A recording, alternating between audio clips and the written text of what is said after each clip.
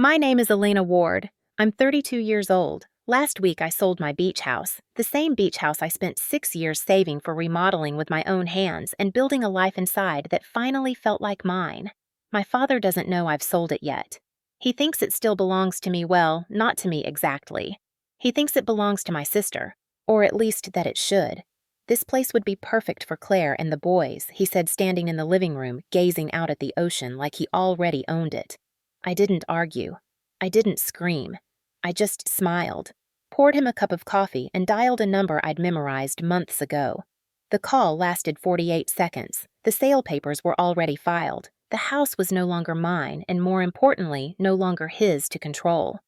I remember every detail of that moment, the light through the high windows, the hum of the kettle, my father's voice filled with that same old entitlement. But what stood out the most was the feeling in my chest. It wasn't triumph. It wasn't even relief. It was something deeper, older, an echo of every time I'd been told to be quiet, to give way, to put family first, even when it crushed me. I grew up in the shadow of a sister who could do no wrong. Claire was the sun around which the entire family orbited, smart, poised, perfect. And me, I was the backup plan, the leftover. I wore Claire's old clothes to school, skirts 2 inches too short, sweaters with her name still stitched in the tag. When I complained, my mother would say, "Don't be ungrateful. Your sister only wore that once." Birthdays were for Claire. Family dinners were about Claire. Even my high school graduation was overshadowed because Claire had just gotten engaged to a corporate lawyer with a Rolex and a trust fund. At 17, I left home with a suitcase, $300, and the distinct knowledge that I was never going to be anyone's favorite, not even my own parents'. Over the next decade, I worked on boats, cleaned research tanks, and taught kids about coral reefs at a tiny aquarium. I slept in basements on couches in the back seat of my car. But I kept saving. I kept building.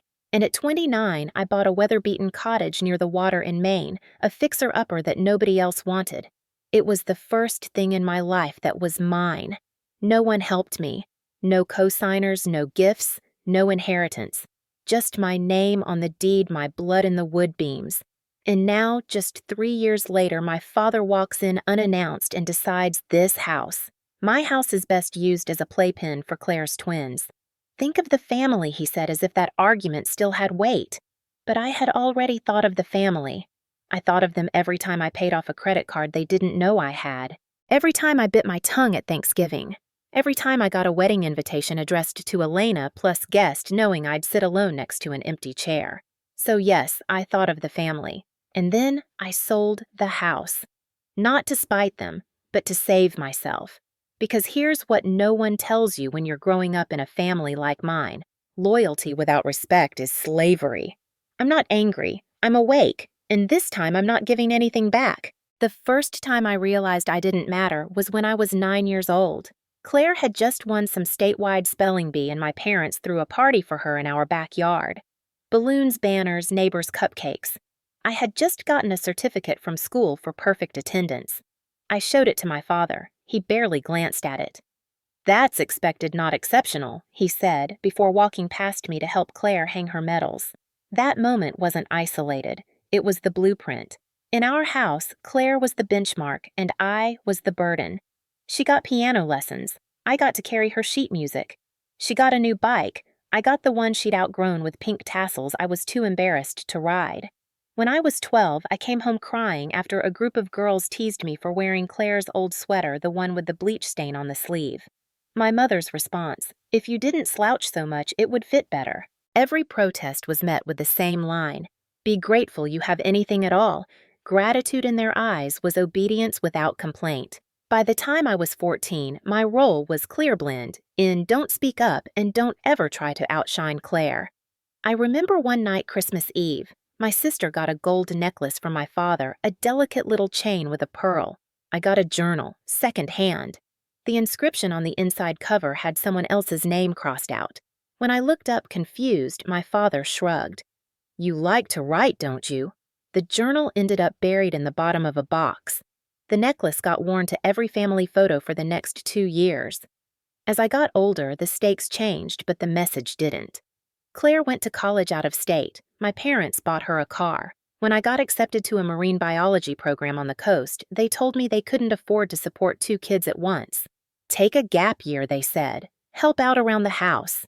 That gap year turned into 2 jobs and 3 semesters of night school. I remember once during one of my rare visits home, my father asked if I was still messing around with fish stuff. When I told him about a paper I'd co-authored, he interrupted to ask if I could help Claire with her baby shower decorations. Even pain has a pattern when it's repeated long enough. And mine was routine. What made it worse, what still makes it sting, is that to outsiders my family looked golden.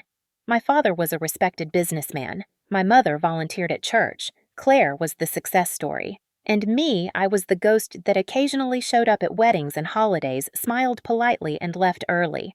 No one asked why. No one noticed the silences. They just called me independent and moved on. But behind closed doors, that independence was survival. I learned how to avoid confrontation. I kept my wins to myself. I let them believe I was drifting so they wouldn't try to control what they couldn't see. Because when I was 17, something happened that taught me the real danger of standing up to them. I had just gotten my acceptance letter to a program in the Pacific Northwest, my dream. I was so excited I showed my dad without thinking. He didn't even read it. He ripped it in half and said, "You're not running away from this family." Then he slapped me, hard. It wasn't the pain that stayed with me. It was the look in his eyes, cold final, like I'd broken some invisible rule. My mother didn't stop him. Claire wasn't home. The next morning, I left. I never told anyone what happened. Not friends, not boyfriends, not even Diane, my closest friend now. Because when you grow up in a family that teaches you love is conditional silence becomes your shield. But that silence has a cost. And mine was 32 years of swallowing my own voice. So when I bought that house, when I signed those papers alone in a dusty office with the ocean a block away and seagulls crying overhead, it wasn't just a property. It was proof. Proof that I could build something from nothing. Proof that I wasn't what they'd tried to make me. And when my father showed up to claim it for Claire with that same look of ownership in his eyes, I realized something terrifying. They still thought I was theirs. They still believed that whatever I had built, they could take. Not because they needed it, but because they thought I didn't deserve it more than Claire did. That's the real price of growing up invisible. They don't see what you've become until it threatens what they think they own. But I'm not that little girl in the bleach-stained sweater anymore, and this time they're going to see everything, even if I have to burn it all down to make them look. My family had a way of pretending everything was fine. Smiles at church, matching outfits at family dinners, polished holiday cards with perfectly staged photos in front of the fireplace. But behind that glossy image was a structure built on control favoritism and silent cruelty.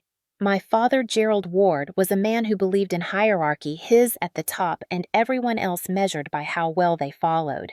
He didn't yell often, but when he did, the room went still. His discipline wasn't in fists, it was in silence, withheld approval and looks that could reduce you to nothing. My mother, Diane Ward, was soft-spoken, always with a dish towel in her hands or a sermon on her lips. But she wielded guilt like a scalpel. Every refusal was selfishness. Every disagreement was betrayal. Her favorite phrase said with a sigh and a tight smile, "We've all made sacrifices. Why can't you?" And Claire, my sister, was the golden girl who never questioned any of it. Maybe at first she didn't know. Maybe she thought I was exaggerating. But by the time we were both adults, she knew exactly how the game worked, and she played it. She played it well. She was kind and public sweet on the phone, always saying she missed me. But she never once intervened when our parents steamrolled me. She never once told them to stop. Instead, she'd call afterward and say, "They're just worried about you." Try not to take it personally. Claire was the kind of person who could stab you and then cry about how hard it was to watch you bleed. She was the favorite child, the one whose wedding they paid for, whose house they helped buy, whose childcare they subsidized. And me, I was the emergency contact they used when no one else picked up. I remember once a few years ago, Claire's husband got sick and she called me sobbing. I drove 6 hours through snow to babysit their kids so she could sleep. When I got there, my father opened the door and said, "Didn't think you'd come." As if that was normal, as if showing up when no one believed in me was part of my role. I stayed 3 days.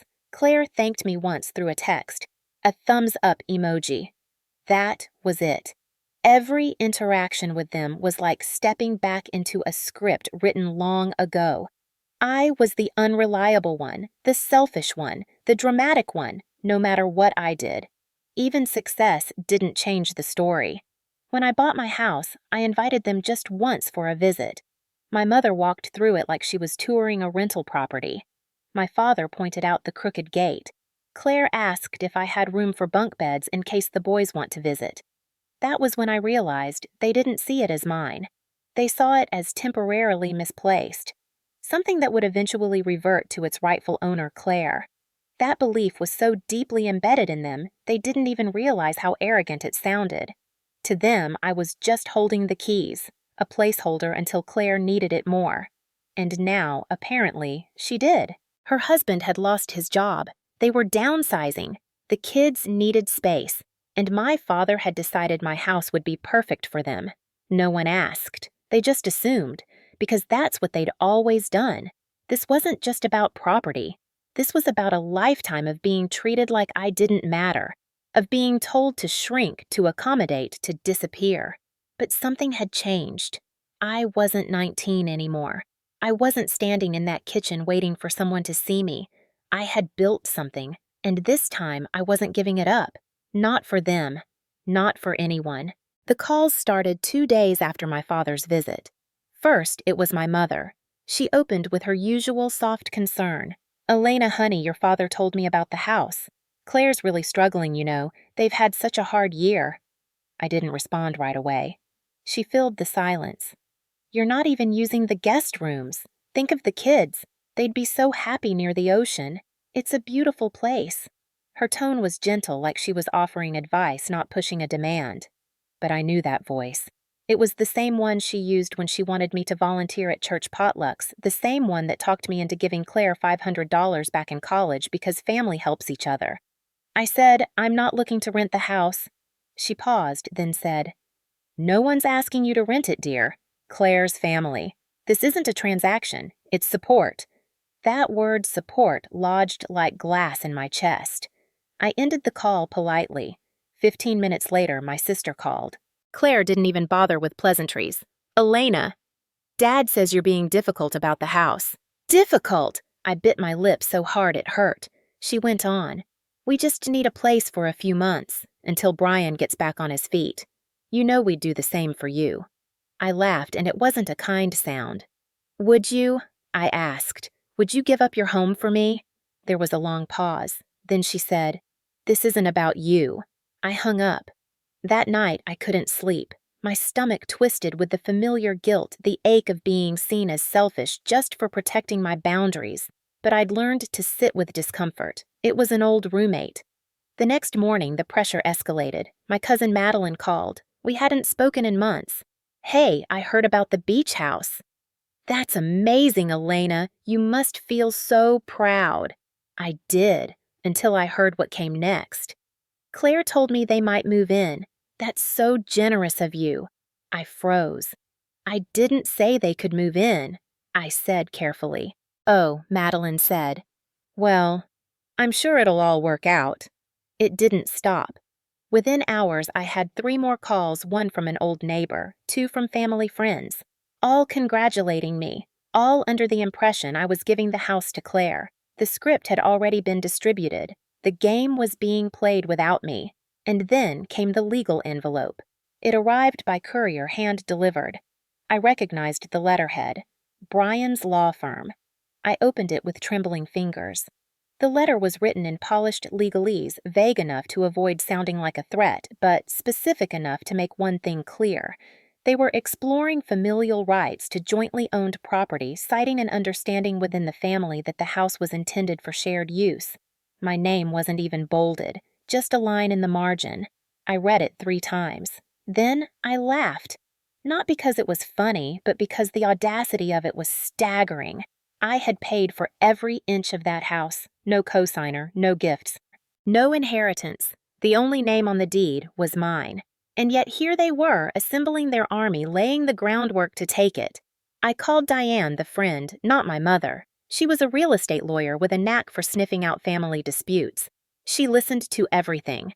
Then she said, "You need to move fast. If they're planning to contest ownership, the window to protect yourself is closing."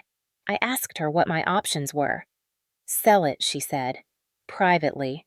Quietly. Lock it up before they can even touch it." I hesitated. The house meant something to me. It was more than just walls and ocean views. It was the only place I'd ever made for myself. But she was right. I couldn't let them weaponize sentiment. I had to move like they did, fast, cold, and calculated.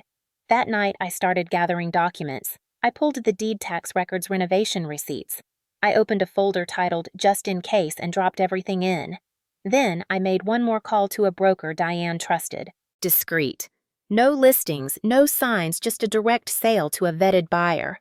I didn't tell anyone, not even Diane, because if there's one thing I'd learned from my family, it's that information is power.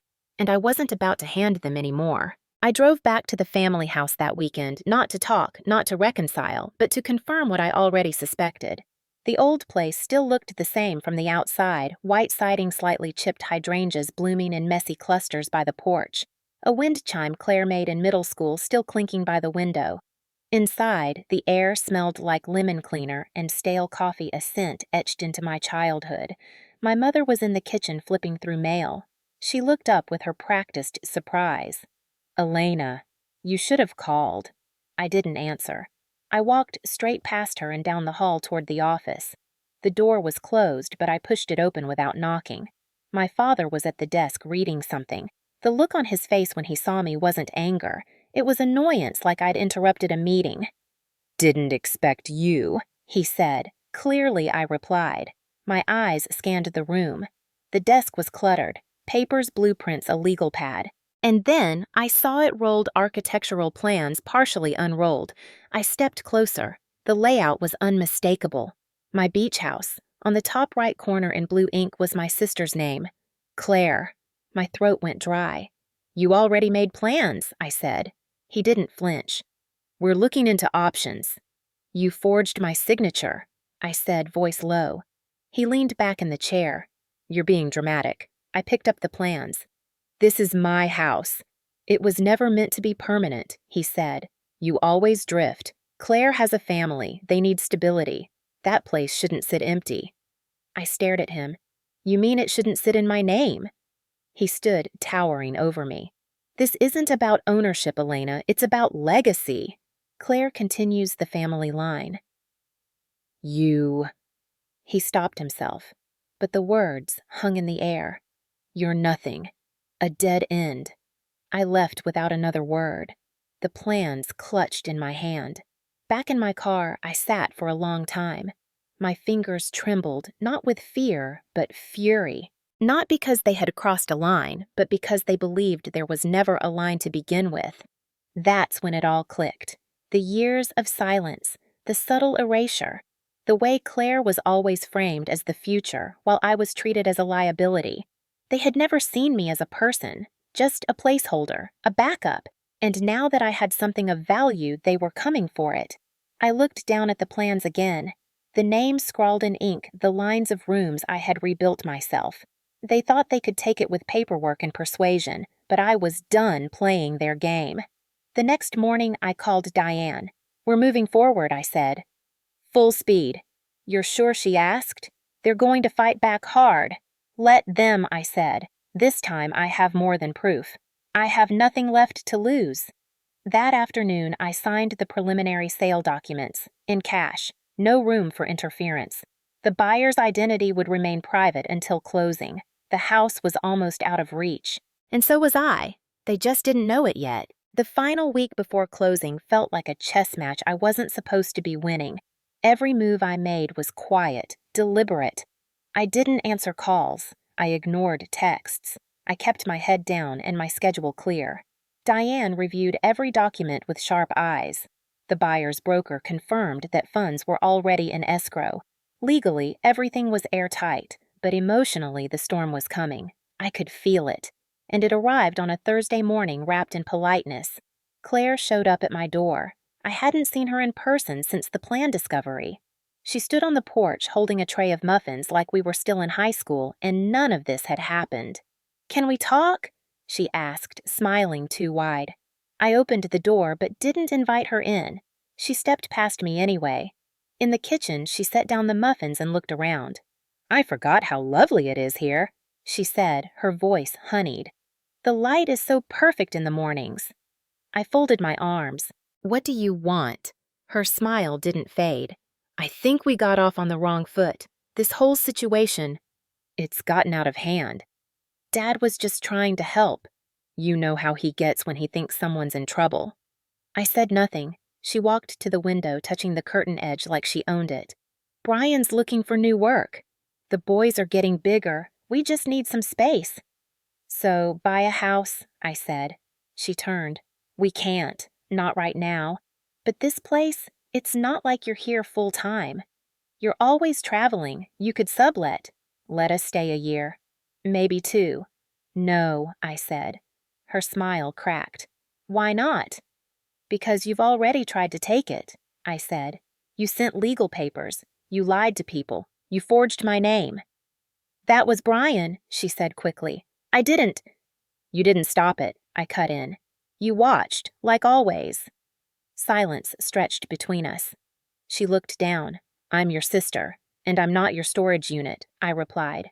"I'm not your backup plan. You don't get to decide where I live or what I give away."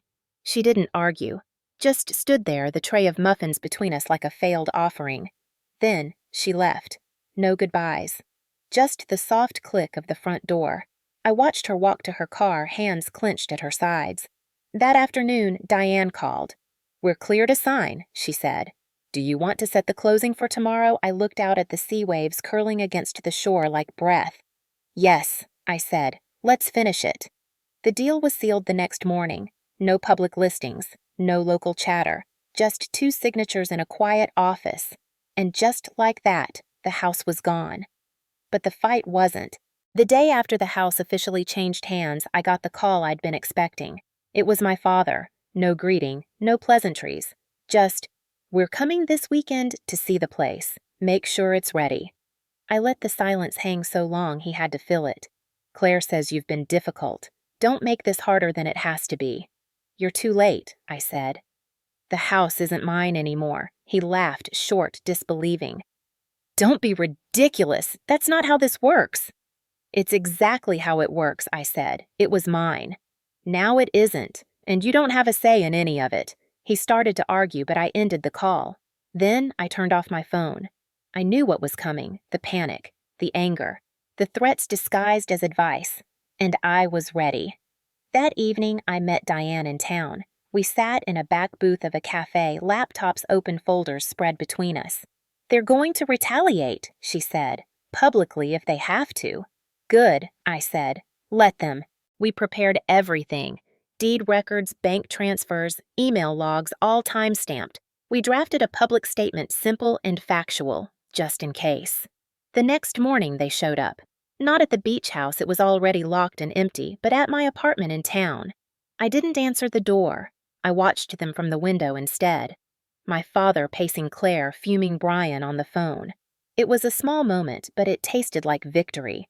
They weren't in control anymore. I was. Then the smear campaign began. Whispered rumors at church, phone calls to distant relatives, online posts from fake accounts suggesting I'd manipulated the sale. She took advantage of her own family, sold the house out from under them, turned her back on the people who raised her. I expected it. I'd lived with that tone my entire life, the quiet condemnation, the gaslighting wrapped in concern. But this time, I had evidence. The forged documents, the architectural plans with Claire's name, the legal letter from Brian's firm, and most importantly, my story. I posted a statement on the local community page. No drama, just facts. For those who've heard rumors about the beach house, here are the details.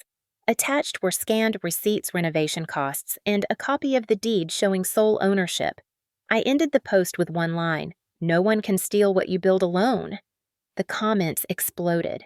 Some people still tried to defend Claire, but others, neighbors, former teachers, even an old church friend, shared their memories.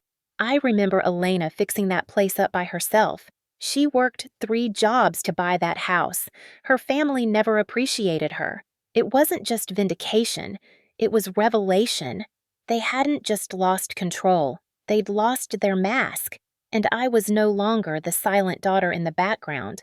I was the one with the microphone. One night, Claire tried to call. I let it ring. Then she sent a message. What are you trying to prove? I didn't respond. Because the answer wasn't for her. It was for me. I wasn't trying to prove anything. I was taking it all back. My voice, my name, my place in the story. It didn't take long for things to spiral. When the forged documents were exposed, everything shifted from whispers to headlines, small ones maybe, but loud enough in a town like ours. Diane filed a formal complaint on my behalf with the State Bar Association. Brian was investigated for ethical violations, specifically for initiating legal action based on knowingly false claims and using firm letterhead to intimidate a private citizen for personal gain. The bar took it seriously. Within weeks, Brian was suspended pending further review. Claire tried to spin it, calling it a misunderstanding, but the paper trail was too clear. Her name was on every piece of that plan. They had drawn up schematics for a property they didn't own, drafted an unofficial agreement stating transition of ownership within family, and presented it as pre-approved. The court didn't need long to rule. My lawsuit was straightforward attempted fraud, defamation, emotional distress. Claire and Brian settled quickly to avoid a full trial. They paid damages, publicly retracted their claims. The settlement documents were sealed, but not before word got out that they had been forced to pay. And it didn't end there. My father's reputation, built over decades of business and civic involvement, took a hit. He'd stood behind the lie-made calls to city officials suggesting shared family interest and tried to use his influence to pressure my buyer. That alone triggered a small investigation into zoning favoritism. Nothing criminal, but enough to make his name radioactive on local boards. He was quietly removed from 2 committees. Sponsors pulled out of a project he'd pitched. His voice, once booming and respected, started to lose its echo. My mother, who had spent her life as the silent supporter, didn't escape either.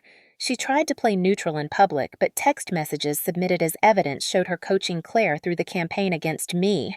Keep it gentle. Make her feel bad. Remind her about Thanksgiving. In one, she wrote, "She's always been overly sensitive. This is what's best for the family." That line was repeated in the court summary. When it leaked, the backlash came fast. The church where she'd volunteered for 15 years asked her to step down from her committee position. They said it was about optics, not judgment, but I knew better. They saw the truth now, and so did everyone else. Even people I hadn't expected reached out. An old high school classmate messaged me. "I always wondered why you seemed so quiet back then. Now I get it." A neighbor wrote, "They tried to bury you. You built the hill they stood on." Through it all, I kept calm. I didn't gloat. I didn't scream. I watched as the system, slow, flawed, but capable, finally held them accountable. It wasn't perfect. It wasn't justice with a capital J. But it was something. Something real. I saw Brian at the courthouse on the day he turned in his temporary suspension paperwork. He looked thinner, older. No smugness in his face. Just weariness. Claire didn't come. She sent her lawyer. As for my father, he never apologized. He called me once, left a voicemail. "This isn't how families should work." I didn't call back. Because he was right. This isn't how families should work. But it's how mine did, until I stopped playing along. In the end, they didn't just lose the house. They lost the narrative. And once you lose that, you lose everything. Their control, their credibility, their power, gone. And I didn't have to scream to take it. I just had to stop saying yes. After the dust settled, I took a trip alone. Just me, a rental car, and the coast stretching out like an open sentence. I didn't tell anyone where I was going. I didn't owe anyone an explanation. The town where I landed was small, quieter than mine, with seagulls that sounded less like warning alarms and more like background music. I stayed in a little cottage by the dunes, no internet, no agenda. For the first time in years, I wasn't looking over my shoulder. I wasn't anticipating the next guilt trip, the next favor, the next subtle attempt to fold me back into the shape they preferred. I was just breathing. I sat by the shore every morning with coffee and a journal, the same kind I used to scribble in as a kid, only this one was mine from the beginning. No crossed out names inside the cover. One morning, I wrote a line that stuck. They raised me to believe I had to earn love by disappearing. But I found peace by showing up for myself. It wasn't a declaration. It was a remembering, a kind of homecoming. Eventually, I went back not to the house because that was no longer mine, but to my life. The quiet one I had built in pieces. The life no one had handed me. I started working again with ocean preservation groups. A nonprofit invited me to speak about environmental ethics. Someone else asked if I'd write about property rights and family boundaries for a social commentary piece. At first, I said no. I didn't want to be defined by what they did. But then I realized telling the truth didn't mean I was still trapped in it. It meant I had walked out and others might need a map. So I said yes, not for revenge, not for attention, but because it mattered. Because women like me, women who grow up in silence and secondhand sweaters and second-place roles, deserve to know it's not disloyal to protect yourself. It's survival, it's strength, and it's the first step toward freedom. My name is Elena Ward. I'm 32, and I'm not the family's disappointment. I'm the one who broke the cycle. They still try sometimes. A message on holidays. A forwarded photo of Claire's kids. An occasional "hope you're doing well." But I don't answer. Not because I'm angry, though I was. Not because I'm bitter, though I had reason to be. But because I'm free now, and freedom requires boundaries. And sometimes silence is the strongest one. The beach house is no longer mine, but that doesn't matter. What mattered was choosing myself over a legacy that never included me. Selling it wasn't the loss. Holding on to it out of guilt would have been. That house taught me something I couldn't learn anywhere else. Ownership is not just a legal term. It's emotional. It's spiritual. It's standing in a room and knowing you earned every inch of the floor beneath your feet. I didn't inherit security. I created it. I didn't grow up in a home. I built one out of strength, decision, and clarity. And when they tried to reclaim what was never theirs, I didn't fight back the way they expected. I didn't beg. I didn't rage. I just acted, quietly, precisely. Finally. The community changed too. People began having different conversations about family pressure, about inheritance, about boundaries. Someone told me, "You made me realize I'm allowed to say no." Another said I thought I was the only one. That's what stories do. That's what truth does. It doesn't just break things, it opens doors. If you're reading this or hearing this and wondering whether it's okay to draw a line, let me tell you plainly, yes. Yes, it's okay. You're not selfish for wanting space. You're not cruel for refusing to shrink. You are not less for walking away. Families that demand silence to stay connected are not families. They are cages. And you are not meant to live caged. You are meant to take up space, speak loudly, love freely, and walk toward the life that belongs to you. I grew up wearing my sister's old clothes. I was told to be grateful for scraps. I spent years thinking love had to be earned by being small. But not anymore. Not now.